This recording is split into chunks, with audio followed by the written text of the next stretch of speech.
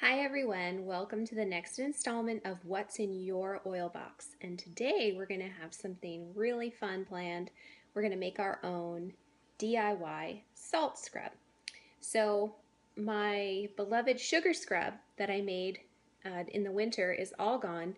So this is an opportunity to try a salt scrub. So you might be wondering what's the difference between using a salt scrub and a sugar scrub. Well, it's pretty simple. Sugar is actually a little bit more gentle on your skin than salt. You can use a salt scrub on your face, um, and the salt scrub is actually a little bit better for more calloused areas like your feet or your elbows or your knees. And since it's summertime and we're all going to be wearing open-toed shoes, I figured a salt scrub would be best. So first let's go over the materials that you'll need. The first thing you'll need obviously is salt. I went ahead and chose to buy some Dead Sea salt. You can use table salt if you want to, but it is refined and it does have less benefits to it. So if you want to use some table sea salt, you're more than welcome to do that. I went ahead and upgraded a little bit and chose to buy some Dead Sea salt. There's also the option of using a pink Himalayan salt. You can also use Epsom salt. So the difference between a sea salt and an Epsom salt is obviously sea salt comes from the sea, so it's more natural. Epsom salt is more beneficial when you're going to soak in it because it helps to detoxify your system, and it also replenishes lost magnesium. So those are the two differences between the salts, and it's basically personal preference. I'm actually going to use a combination of both. So you'll need your salt.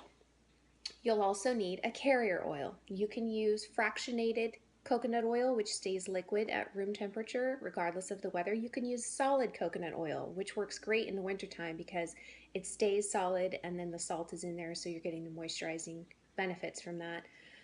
Today I'm actually choosing to use safflower seed oil and avocado oil. There are so many different carrier oils out there and they all have different benefits and uses, but if you've got coconut oil on hand, that works fine too.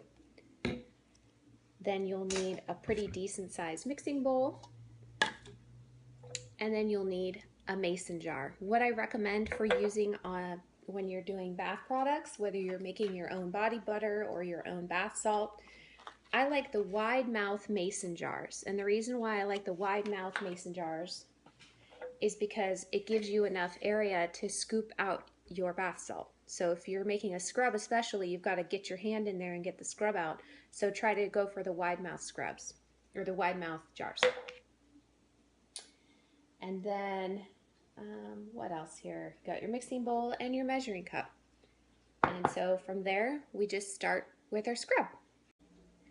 So the other part of your supplies that I forgot to mention was the essential oils, obviously. The two oils that I'm using in the salt scrub today are going to be lavender and rosemary, and the reason I chose those is because they smell really great together, very spa-like.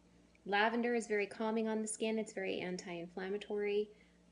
When you are choosing a lavender, make sure that you're choosing the Lavandula angustifolia type of lavender. It's the safest and the best to be used topically.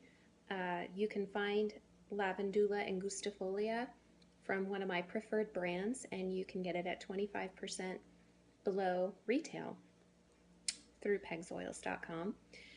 The other one, rosemary, I chose because it has a lot of antiseptic properties, antimicrobial properties, and it improves circulation in the skin. So these are the two essential oils that are going to go into the scrub. And so then we start mixing. So first, here's the bowl. And just dump the salt in here. Very easy.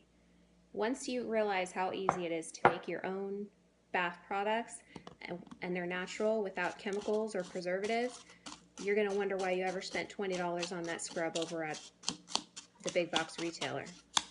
So I've got my magnesium salt and my Dead Sea salt. This is going to be my safflower oil right here.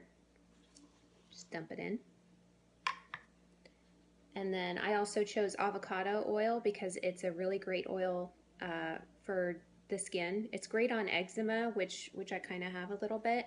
So I'm just going to put some of that in here. There's no exact science to it. You want to have less oil and more salt, or if you want more oil, it's all going in the jar. So another option is to add a botanical, especially if you're going to give it away as a gift. Adding some lavender, some dried lavender, and some dried rosemary, it just kind of adds texture to it. It makes it look a little bit more spa-like, more natural. This particular dried lavender is from Country Meadow. I use it in a lot of my roller blends too. So we'll just, however much or however little you want. A little rosemary. The whole entire thing is edible.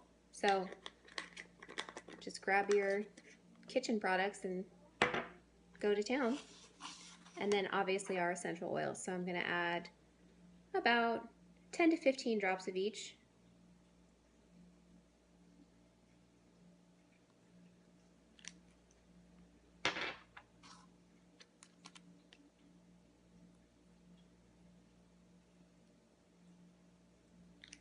And that's it. And then you mix it up and you jar it up.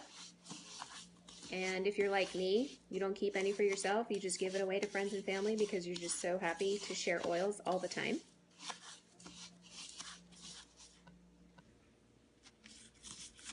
So you see, you can use more or less oil depending on how you want the consistency to be. I like mine to be less oil, more salt, but it really doesn't matter.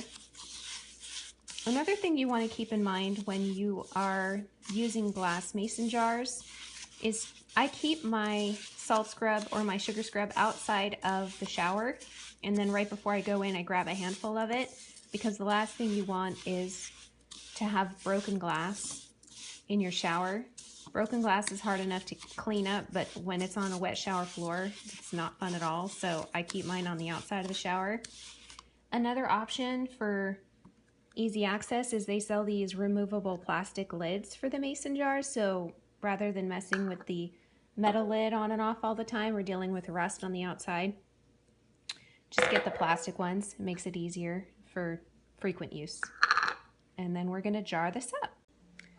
One last thing, when you are making your own DIY all-natural products, the difference is obviously there's no preservatives or chemicals in them. So on top of keeping a glass jar outside of the shower because you don't want it to break, you also don't want to put a wet hand into the jar, because any type of water being added to the product is going to increase the chance of bacterial growth.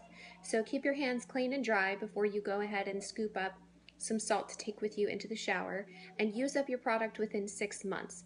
So because it's all natural, another option is you could add a little bit of organic citric acid. That'll preserve it. Another natural preservative is some liquid vitamin E. But generally, if you use up your product in 6 months, which you should be doing anyway, it should be fine. But that's one of the downfalls of using all natural products, is that you actually have to use them up pretty quick. You can't just put them back under the sink and use them in a year or so. So this will probably fill up about 2 half-pint jars, but I went ahead and put them in 4-ounce jars with a little label on the top because I am planning on giving this away to a lucky viewer of the video. Comment on the video and give it a +1, and then private message me your address and this can be yours. Just a word of caution, anytime you're going to use any kind of exfoliation, you want to use SPF out in the sun. Don't use a salt scrub on your face. It is pretty abrasive. And if you want to try the ginger lime sugar scrub that I used, just visit my blog at pegsoils.com for the recipe. That's like the fastest, easiest thing you could make. So if you have any questions, go ahead and email me at pegsoils916@gmail.com. Otherwise, go ahead and check out my Facebook page, pegsoils916 on Facebook. Thanks for watching.